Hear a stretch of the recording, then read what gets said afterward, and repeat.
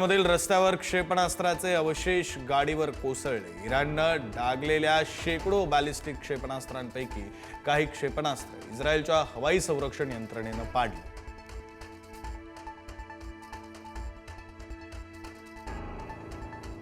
इराणमध्ये अब्बास हवाई दलाच्या तळावर हल्ला। ऑपरेशन एपिक फ्युरी अंतर्गत भीषण हल्ले। बंदर अब्बास हवाई दलावर धावपट्टी, विमानांचे हँगर आणि इंधन गोदामांना केलं लक्ष्य।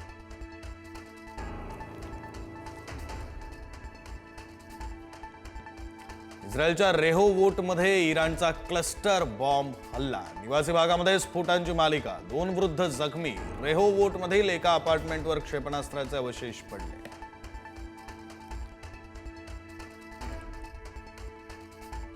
अमेरिकेच्या हल्ल्यामध्ये आयआरजीसीचे प्रवक्ते अली मोहम्मद नैनी ठार। अमेरिका इस्रायलच्या संयुक्त कारवाईमध्ये मोहम्मद नैनींचा मृत्यू। तुर्की आणि ओमानमधील हल्ल्यांशी इराणचा संबंध नाही। फॉल्स फ्लॅग ऑपरेशनद्वारे इस्रायलचा कट। मुज्तबा खामेनी यांचा दावा।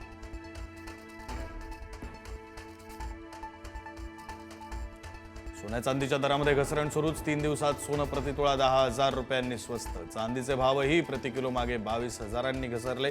युद्धामुळे आखाती देशातील सोनं चांदीचा बाजार बंद।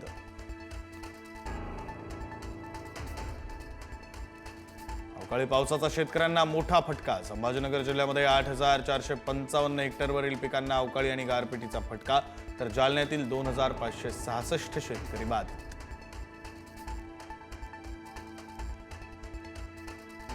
नाशिकमध्ये घरपट्टी, पाणीपट्टीच्या नावाखाली नागरिकांची फसवणूक। पालिका कर्मचाऱ्याकडून तब्बल 25 लाखांची कर रक्कम हडप। बनावट पावत्या देऊन कर भरल्याचा बनाव केल्याचा प्रकार।